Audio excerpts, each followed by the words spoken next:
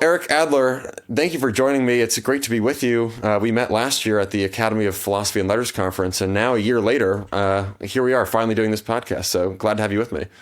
Great to be with you. Thank you so much. It's great to see you again, Tom.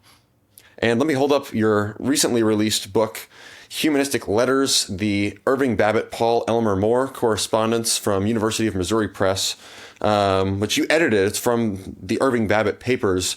And we've done an episode on Babbitt with Klaus Schrin. However, I had never heard of Elmer More before your book. So I want to start, I think, with biographies for both, so our viewers and listeners get caught up, and I get caught up, especially on More. So how about we start with him? Who is Elmer More? Sure. Elmer More, in some ways I can kind of do them together because they were sort of contemporaries and friends. But Elmer More and Irving Babbitt were the two leading lights of a movement called the New Humanism, sometimes called American Humanism, and Babbitt preferred to just call it humanism.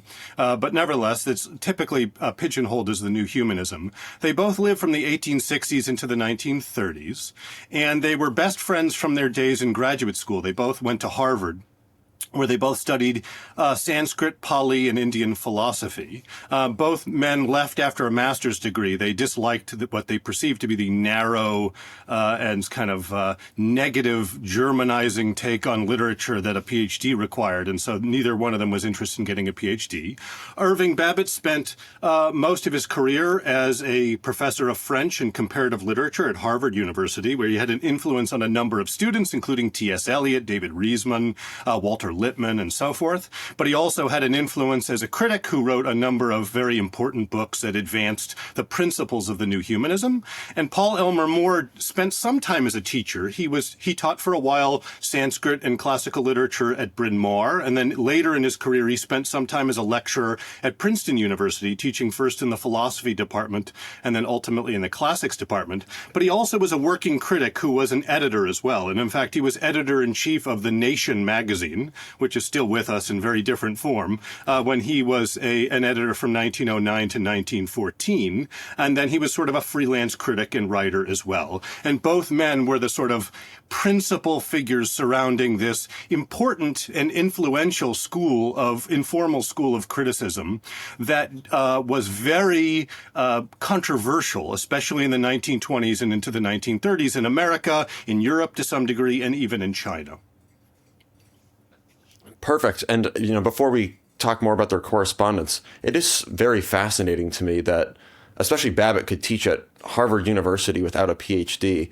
I know graduate students teach, so you don't have to be a PhD to be a professor, but to be offered a professorship and not have a doctorate, I can't conceive of that today. I know it happens, but at a place like Harvard or many of the more prestigious universities in America today, if you don't know the answer to this, that's totally fine. But, what is the difference between then and now when it comes to being able to do that? And what did that mean for both of their careers, but especially Babbitt as he was at Harvard? Yeah. So it is only around the late 19th century where a PhD becomes common in American higher education among its faculty. So if you go far enough back in American history, professors wouldn't get a PhD. First of all, it was a degree that was established originally in Germany, and it's only with a German influence on American higher education, beginning in the early 19th century, but really speeding up in the second half of the 19th century, that faculty members are going to actually have this PhD degree. And there were a number of holdouts, particularly in Britain, but elsewhere as well, where they sort of thought it was sort of unbecoming to have a PhD. They disliked the sort of German approach to philology and classical scholarship and so forth. And so I think the fact that Babbitt was able to spend his career as a regular, normal, ultimately tenured faculty member without having earned a PhD is a sign that he came from a generation in which university study was a little less professionalized than is the case now, where now maybe if you're a creative writer or something like that, you wouldn't need a PhD. And maybe in a couple of other fields, you might be able to get away with an MFA and so forth. But now you basically need a PhD. It's the calling card to be a professor. In Babbitt's day, it was becoming increasingly common over the course of his career that faculty members would have a PhD. But when he started, it was not unusual not to have one. It's a great historical point. Just that popped out.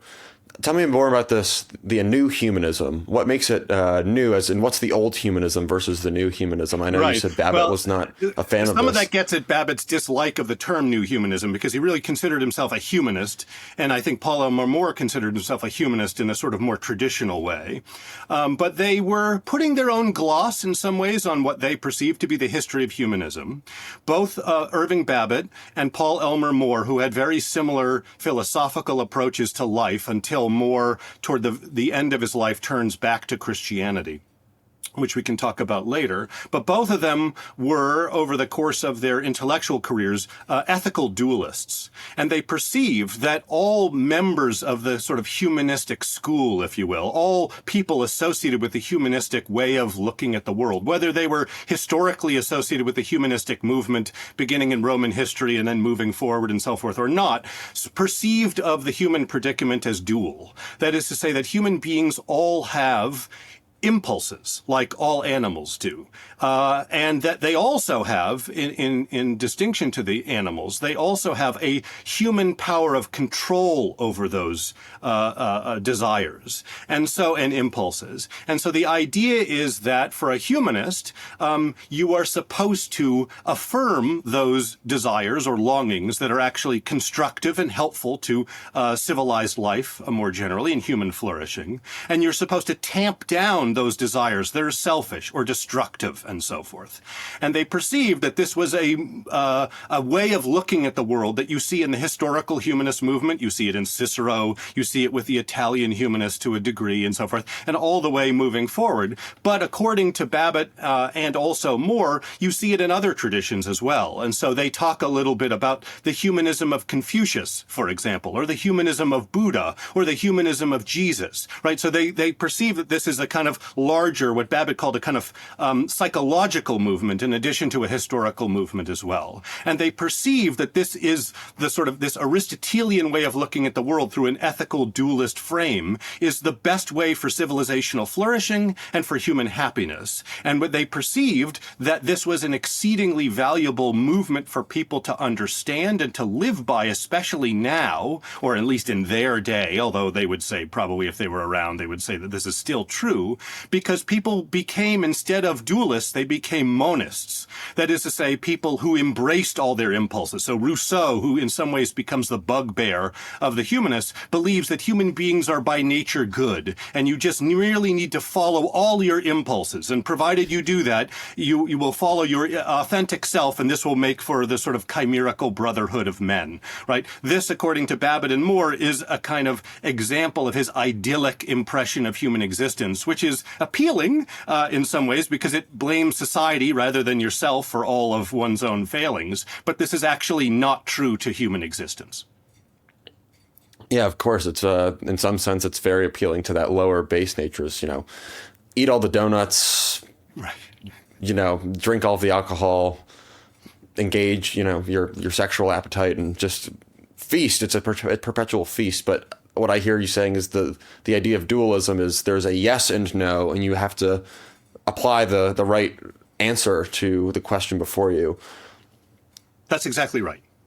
I know that's controversial today in many ways because of sort of the spirit of relativism or libertinism, I think is better. I'm not sure we're living in a relativistic age, really. But in the spirit of libertinism, this sense of, we should be able to do whatever it is that we want so long as we don't harm anyone else. But why was that controversial back then? Yeah, I mean, it was controversial among some. I think to some degree, Babbitt and More and their influence have been negatively impacted by the scholarly controversy surrounding their works in the 1920s and into the 1930s. Babbitt especially was a hard read. He's a kind of punchy and fun writer to read, but he's not great at organizing his thoughts. And so you have to read lots of him to get a sense of what he actually means. And both men were pilloried, especially perhaps Babbitt, but both of them were pilloried to some degree on both the left and the right in their own days. And although I'm not suggesting that Babbitt and More were perfect thinkers thinkers, and there's nothing wrong or nothing you can criticize about their work.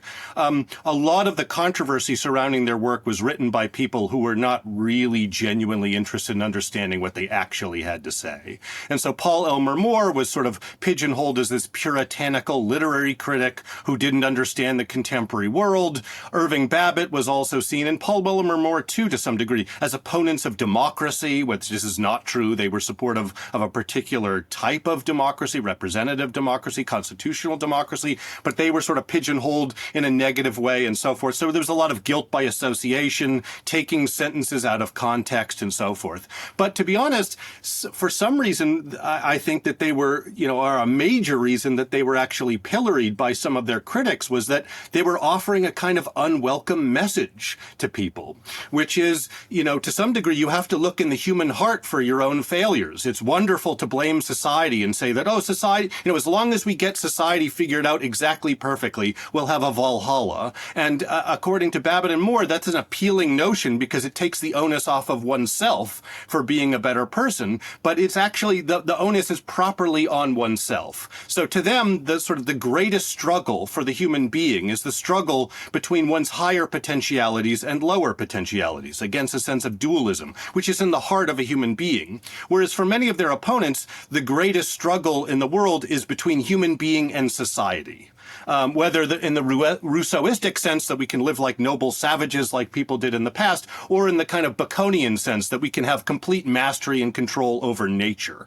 And so that the focus ended up moving toward man versus society as opposed to the sort of humanistic way of looking at things, which is the eternal fight to be a good person over the course of one's life. And again, it's not as if Babbitt and More are not concerned with societal reform or institutional reform and so forth. But to them, that flows out of one trying to be the best version of oneself that one can be. And to many people living in their own day, that was not a very fashionable attitude. They would sort of prefer the Rousseau way of looking at the world or the Bacon way of looking at the world. And I think that's probably still true today. Absolutely. We'll talk about, I think, some of the implications for where we are now and where we find ourselves and how we could use or return to Babbitt and More for answers or for at least framing the questions as they face us. But I want to go maybe towards the correspondence and talk about religion.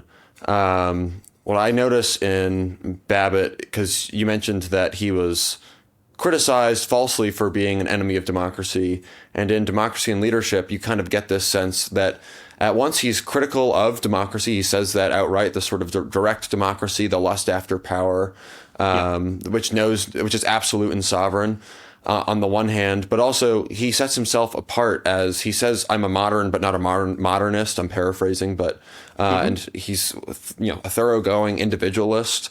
Which I wonder what that term means to him versus what it would mean later to someone like Russell Kirk, who was also, very influenced by Babbitt, versus that idea and his idea of humanism as opposed to a religious sense, and then how More responds to that with a more, if not traditional, he sort of seems to arrive at like a more traditional Christian belief and practice. Yeah, so this was a major sticking point, and I think it had an influence on the reception of the movement itself. Irving Babbitt was always a very ecumenical person when it came to revealed religion, and to some degree he actually followed his father, although not completely in his religious views. His father was something of a crackpot in that he was interested in the supposed health benefits of colored lights and so forth. And he had a kind of weird career as a kind of self-help guru who sold various wares and so forth. And Babbitt had very negative take on him. But his father was also, although his father was Christian, his father was rather ecumenical and very interested in Eastern philosophy and interested in Eastern religion as well. Babbitt himself believed that all great world religions have a certain common principles together, so that if you judge them by their fruits, it doesn't matter as much whether you're a Jew or whether you're a Christian or whether you're, a Hindu or whether you're a Buddhist and so forth, that they actually have certain humanist, principles associated with them. And so Babbitt perceived that in his day, in the late 19th and the early 20th century, there were a number of intellectuals who were moving away from religion. This is the time, of course, when Darwin becomes big. The Origin of the Species is published in 1859, and that sort of sets this wave of people towards secularism. And Babbitt was interested in making a humanist approach to the living of one's life as attractive as possible, not only to people who actually were religious from whatever tradition they came from, but also those people who were agnostic or ecumenical, or those people who were even atheists. He believed that all of us could benefit from a kind of humanistic undergirding to their own understanding of life's challenges. And for some people, this was perfectly fine, and there were a number of his followers, like Mercier, Louis J.A. Mercier, who was also on the faculty at Harvard, who was a Roman Catholic and who talked a bit about how he was a humanist, and he believed that there were lots of core principles of humanism that were completely compatible with Roman Catholicism. And there were others, G.R. Eliot, who said the same thing, basically about Anglicanism and so forth. But there were also some followers of his who were agnostic or possibly atheists and so forth, who had very different approaches and who perceived possibly that humanism was a kind of replacement for religion or what have you. That was not Babbitt's view. Babbitt was very much on the side of theism, if you will, but there were some in his movement who sort of felt differently about this. That made a number of conservative Christians nervous about Babbitt. But Babbitt's view was that he wanted to make humanism as attractive as possible to everybody. And that meant arguing not on the basis of revealed religion, but arguing on the basis that someone who wasn't religious could also agree that humanism was worthwhile. However, that opened a flank, if you will, among conservatives to be kind of critical of the ecumenical approach to revealed religion that he had. And this ultimately was the case with Paul Elmer More. Paul Elmer More grew up in a very Calvinist household, and he moved away from Calvinism when he was a young man.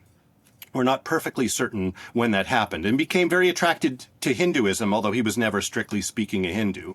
In the late 19-teens into the early 1920s, Paul Elmer More had a kind of reconversion, if you will, and he became a Christian again, although of a sort of peculiar sort. He was a kind of Platonic dualist, semi-Anglican Christian. So his views on Christianity were not orthodox, let's put that as straightly as we can. And Paul Elmer More also grew a bit critical of the ecumenism of Irving Babbitt too. And so when Irving Babbitt was getting it from the left for being supposedly an opponent of democracy who disliked the contemporary world, there were some people on the right, including T.S. Eliot, who was his former student, who was sort of partially very supportive of Babbitt, but he became an Anglican and had the sort of zeal of a convert, and he sort of thought that Babbitt's humanism was this kind of dry replacement for religion, which is not what Babbitt intended in any way, shape, or form. Paul Elmer More kind of gravitated toward those circles as well, and that very much upset Irving Babbitt because he felt like the two of them in tandem were a really powerful force, and that More was kind of moving away from the message of humanism, which was supposed to be ecumenical, and now sort of talking about how his sort of semi-Anglicanism was the correct way to view religious controversies and so forth. And so Babbitt felt like that muddied the movement, if you will. Yeah, that makes sense. I guess as a follow-up to that, you think about the humanistic tradition, specifically like the Christian kind of Renaissance tradition, like think like Erasmus, Thomas More, St. Thomas More, Petrarch, Shakespeare, though I think in a different way, but you could call him a great humanist, recognize the sort of, I would say, the essential linkage between their sort of understanding of humanism and the necessity for religion versus a more cosmopolitan, ecumenical, maybe Feuerbachian sort of like a secular humanism, but not in the way that it's meant today. Right. What is the essential linkage? Not just in, you've explained that for Babbitt and More, but like, what do you think is the sort of the real, who gets the better of the rub here in this argument or this debate? What is the essential linkage? Two of them, I think Babbitt more likely correct as far as what he was trying to do, and I felt like he was misunderstood to some degree. But one of the interesting things about the correspondence itself, as you see in the book from the 1890s all the way to the 1930s, Babbitt and More start to have real fights between one another about their religious views. And Moore's essential point is that, look, you're trying to say that people should restrain their negative impulses in the benefit of oneself, but also for society as a whole. Why would you do that if you don't think that there's literally hell to pay from not having done so, right? This is a challenging and hard and unwelcome task. Why would you do it without actually having a kind of revealed religion behind it? And Babbitt's response to that is, well, if you look at the greatest flowerings of what he considers psychologically the humanistic movement, you see it in Athens in the 5th century BC, and you see it in China, Confucian China. Neither one of those has this kind of religious undergirding behind it. Now, that doesn't mean all the people living at that time were humanists or anything like that by any means, but among the sort of intellectuals and so forth, this is where you see this as strongest, according to Babbitt.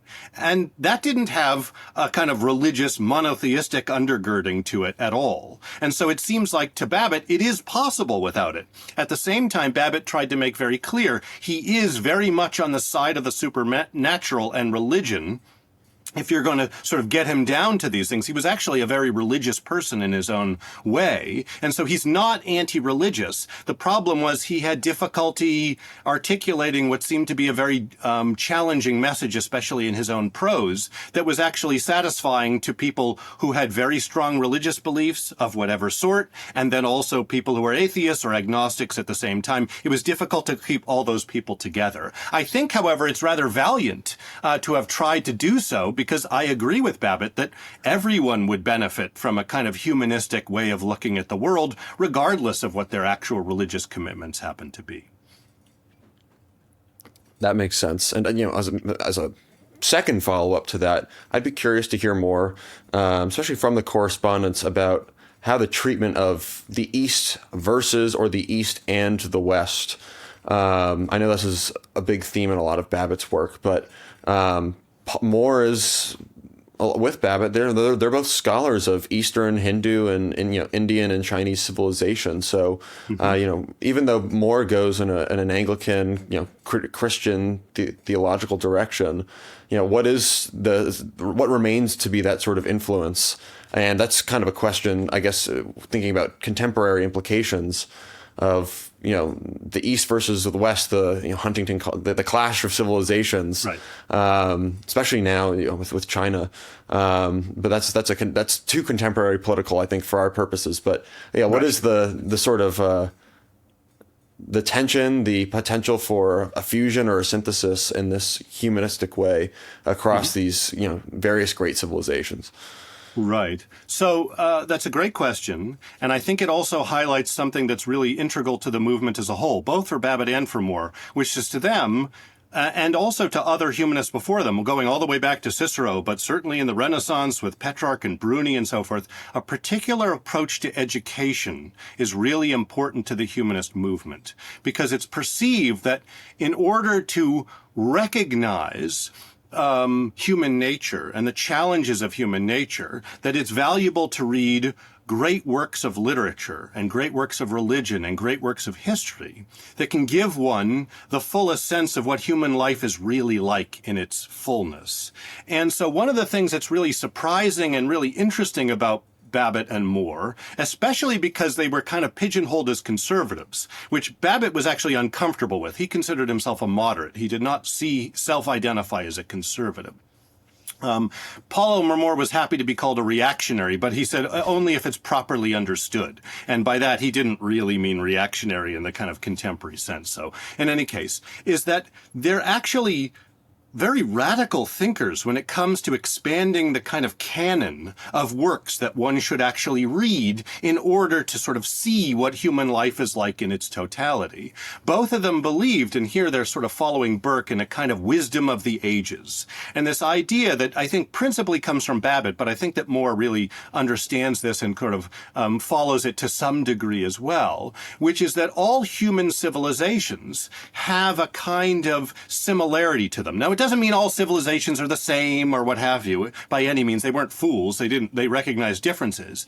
But that if you look at, say, Greek philosophy and the interest that people have in Plato and the interest that people have had in Aristotle as kind of canonical thinkers and the way that they view the human predicament. And then you also look in the East at Buddhism and how influential Buddhism has been in various circles, and Confucius in China and how influential he's been. And then Christianity, and you look at the teachings of Jesus as they've come down to us and so forth. You see, according to them, similar humanistic approaches to the value of life itself. And so to them, that signaled that civilizations, although all different, have some kernel of similarity to them that might speak to a kind of wisdom of the ages, that canonical thinkers from different civilizations that did not cross-pollinate very much have similar answers to the best approach to the challenges of human existence, suggests that these people have hit on some possible wisdom of the ages, the sort of, especially because after generation,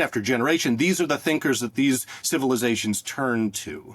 And so according to them, it seems, at least implicitly, and I think for Babbitt explicitly, one should not just read when you're in school, so-called Western texts, but instead one should focus also on other traditions in order to compare and contrast and see what the world thinks the challenges are to human life and what the response should be to human life. And so to them, they're sort of, in some ways, the opposite of Samuel Huntington. It's not about a clash of civilizations, it's about a kind of concord of civilizations. And Babbitt perceived, and I think More agreed with this to some degree as well, that there was a kind of arrogance among some in the West that they perceived because there was greater material efficiency in the approach to science in the West, that therefore we had nothing to learn from other traditions in any way, shape, or form, and that we were just superior to those people. You have to recognize that they lived in the late 19th and the early 20th century, so there was a lot of race thinking and this idea that, people who come from a Anglo-Saxon or Teutonic background are better than people who come from other backgrounds and so forth. They completely disagreed with that. And they perceived that a proper approach to education that was genuinely humanistic should look at works of literature that were perceived to be masterpieces from various traditions in order to try to cobble together by the student actively what do they think the wisdom of the ages actually is, and what do these different traditions tell us about how we ought to live our lives. That is a fantastic answer, and it tees up a question I thought of while you were speaking. Is, conservatives today, especially, in pretty solid red states, governors and state legislatures are creating these Western civilization centers, civic education, civic renewal centers in the flagship universities, and they're focused on trying to recover a positive understanding of Western civilization in the minds of young college students. And because the claim is, and I think, ISI exists because the claim is true, is that Western civilization has been given a bad name on the university campuses, if not everywhere, with a few with a few exceptions. It's pretty pervasive. That Western civilization, this idea of teaching a Western canon or a Western core is, there's something fundamentally rotten about the West, and that it needs to be done away with, abolished, or transformed. And so this is a contemporary question, what would Babbitt and More say? It sounds like Babbitt would be critical, but if he were to be here today and understand the sort of context and where the battleground is, what would be his contribution to the discussion? Yeah, I think that's a great question. And in some ways, he sort of answers that in his first book, Literature in the American College, Essays in Defense of the Humanities, which comes from 1908. But he actually never offered his own curriculum. So in some ways, he's, you can't look at him and just sort of follow exactly what he thinks you should read and so forth.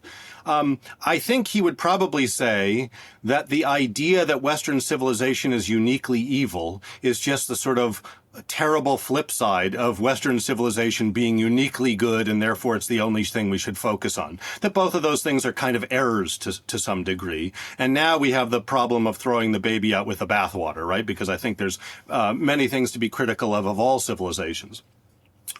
Babbitt, I think, however, would particularly be interested in just broadening the canon. So he's not opposed to reading Western works or what have you by any stretch of the imagination. And in fact, both he and Paul Elmer More were really classicists fundamentally, not in that they believed that all classical works were examples of humanism. They did not think that, and they were actually deeply critical of authors such as Epicurus or Marcus Aurelius, who they perceived to be monistic rather than dualistic in their way of looking at human existence. But they were classicists as opposed to modernists in some sense, in that the modernists were very much in favor of the kind of naturalistic way of looking at the world that fits with Rousseau and Bacon and so forth. And so they believed there needed to be a move away from it. But I think that both of them perceived that that approach to the curriculum would just be fortified by also looking at some non-Western works, in addition to looking at Western works too. And this is really striking because today we're still having that conversation that if there's going to be a canon that students should read either in secondary school or in tertiary education or what have you, what should that look like and how multicultural should it be? Well, it's rather striking that in 1908, there's a professor who's perceived to be conservative, who actually thinks that the Western canon should be broadened to look at various Eastern works as well, and works from other traditions too. So again, I don't see that as really being the enemy of some sort of Western civilizational project. And I think both Babbitt and More would agree with the notion that if you come from a particular civilization, you ought to be informed about it. And so I think that they would have no problem with the sort of ISI project of defending something that has been unfairly pilloried. But I do think that to them, in order to get the fullest impression of what human life was like, it's useful to look at other civilizations too. And that can also serve as a kind of critique, but also a kind of praise of the West as well, because there's other civilizations that did things in different ways. And in some respects, they may have gotten some things right, and they might live better than we do in some ways. And in some ways, that's not the case.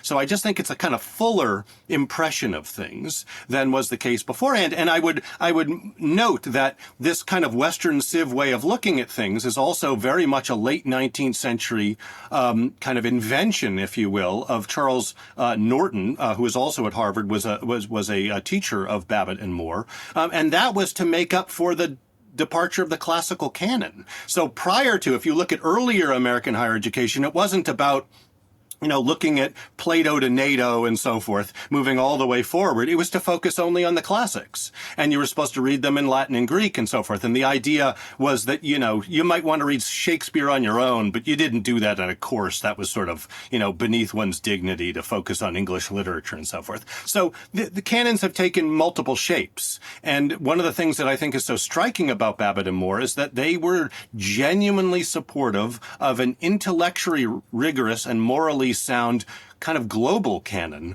way before anyone was talking about multicultural this, that, or the other thing. Well, something I think conservatives should look more into then is, someone on our side, whatever that means, and however they would have framed themselves 100 years ago or so. The original multiculturalists in their own way, or not, but probably they would say they're hearkening back to something much, much older as well. But you mentioned, and we haven't talked much about Rousseau or Bacon in this episode, but the idea of sort of technical progress and humanitarianism. Are we, I see humanitarianism as sort of like the new religion. That's why I kind of was hesitant to say that we live in a relativistic society. In many ways, this sort of spirit of humanitarianism, social justice, has become like the religious cult of wokeness, as people often say. I'm not sure it's a religion either, but certainly fanatical in the way that it's taken over many of our institutions, and how genuinely held I think people feel it. It's not just performativity, but has come into true belief as sort of outgrowth of some of our core convictions, or things that were taught to be core convictions. Humanism as a response to or a critique of Rousseau and Bacon and this sort of humanitarianism, this sort of utilitarian, consequential understanding of morality and the spirit of their age. Are we? How relevant is the new humanism for today's problems, or how does it need to be retooled? Yeah, so that's a great question, and I think it gets really soundly to the value of the new humanism today. And my argument is very much, I didn't write an introduction to this book and edit the letters and so forth because it was only of antiquarian interest or something like that to look at the movement. I think that there's something genuine we can learn from the new humanism today. That's true when it comes to education, for reasons that I suggested in my previous answer, but I think it's also true for our approach to life itself. First thing I would say is that one error I think Babbitt and More made is that they suggested that their opponent, or one of their opponents, was humanitarianism. I think what they should have said was that their opponent was pseudo-humanitarianism, because it made them seem as if they were haughty aristocratic types who just didn't care about those who were beneath them, and therefore one shouldn't help other people, right? And this is actually not true. This is a kind of figment of those who were their critics, and they sort of fastened on this label humanitarian to suggest they oppose doing anything good, or something like that, which is not what they're looking at all, and that is not what they're about. What they perceived is that the problem with pseudo-humanitarianism is it speaks the kind of language of doing good, but doesn't necessarily require any good on the part of the individual. So that people can say, for example, we really ought to help the poor, or I'm very concerned about the lower classes, or I'm very worried about the third world. But all of those things are really distant from the individual, and all of them are problems that are going to require solutions that are so big that they don't necessarily require anything of the individual. Right? And so to them, there is no genuine humanitarianism without humanism. One needs to make sure that you're living the best version of yourself, and you're actually helping your neighbors. You're helping those in need around you, rather than just sort of pontificating about, say, what's happening in Israel and Gaza without actually requiring anything of you individually. Right? And so to them, the sort of Rousseauistic framework of, I just care so much about everybody and humanity and so forth seems to be in opposition to the biblical notion that one should actually help your neighbor, be good to your own neighbor. Being good to your own neighbor actually requires something of you. Right? Whereas just emoting about how much you care about the downtrodden actually doesn't necessarily require anything of you.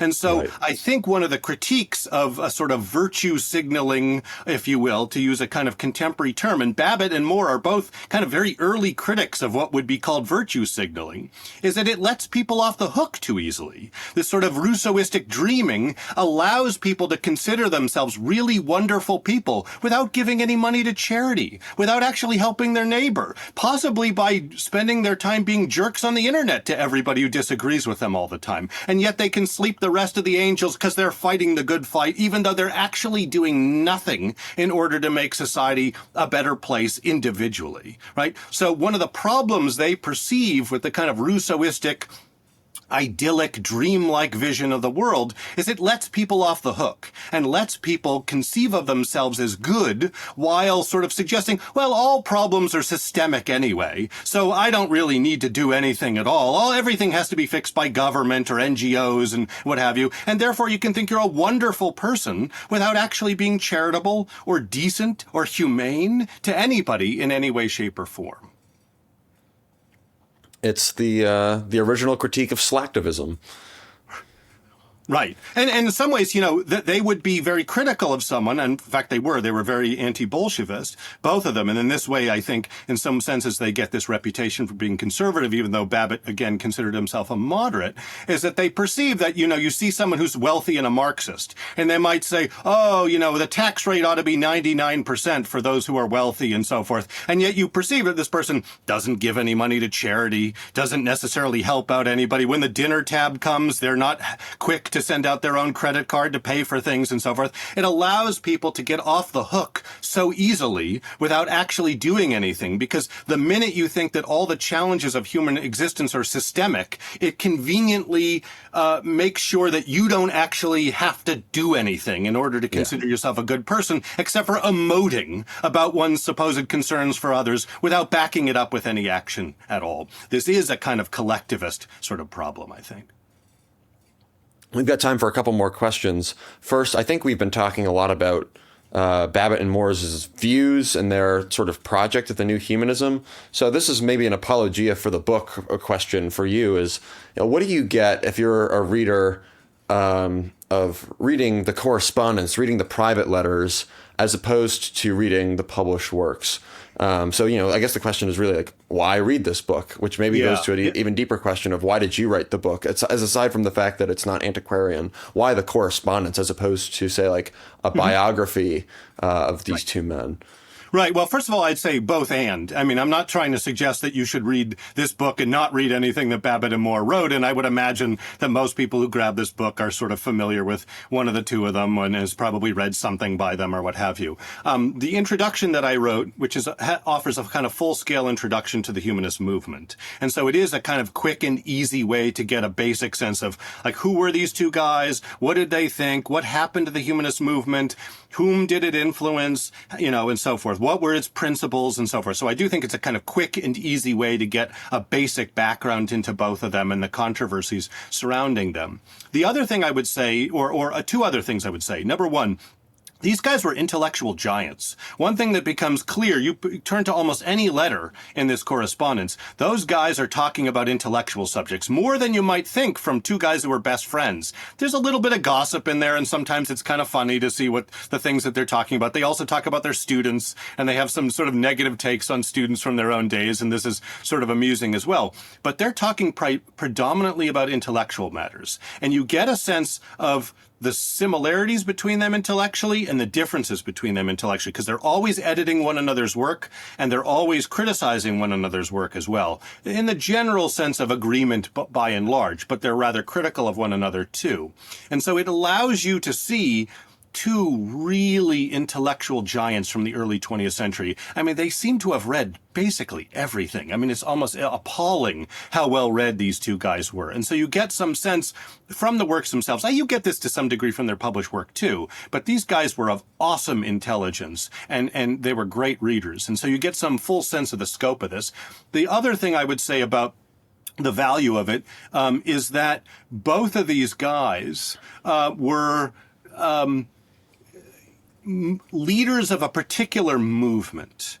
And in some ways, you can't understand the movement fully without reading the correspondence. You get a sense of what their aims were, which were not actually the same. Babbitt was much more invested in creating a new humanist movement, and Moore was much more blasé about that from the very beginning. But you get some sense of an insider's perspective of how this movement was cobbled together. What were its strengths? What were its weaknesses? What were successes? What were failures? And so forth. You can't really get that from their published work. And I think you get that from them. And then the last thing I would say about the correspondence itself, which I think is very valuable, it really also works as a human story. These were two best friends who cobbled together this movement. They had successes and they had failures. They had a partial falling out over religious matters as well. But you get some general sense of how this works as a kind of narrative too. And I think you wouldn't get that sense of their lives from reading their published works too. Excellent. Well, Humanistic Letters, University of Missouri Press. People should, if they're interested, go buy and read the correspondence. Last question is not only reading the correspondence, but, as a professor, I'm sure you agree with this, is the idea with talking about any of these things is ultimately students, readers, listeners should go back and read the source text, the classic, the primary source.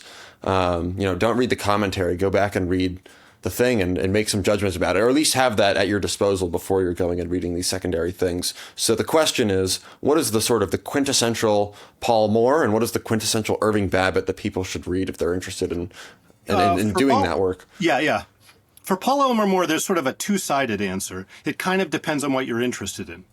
The very end of his intellectual life, he became a kind of Christian apologist. And if you're chiefly interested in that, then it seems like the Greek tradition, pardon me, is the work that you ought to read. However, if you are interested in his literary judgments, the Shelburne essays. Now, in some ways, I haven't narrowed that down because there's many volumes of Shelburne essays and so forth. But I think if you pull one off the shelf, it doesn't really matter which one. You get some sense of Paul Elmer More as a working literary critic. And he's a really stunning literary critic of both impressive range and erudition, but also with a beautiful prose style.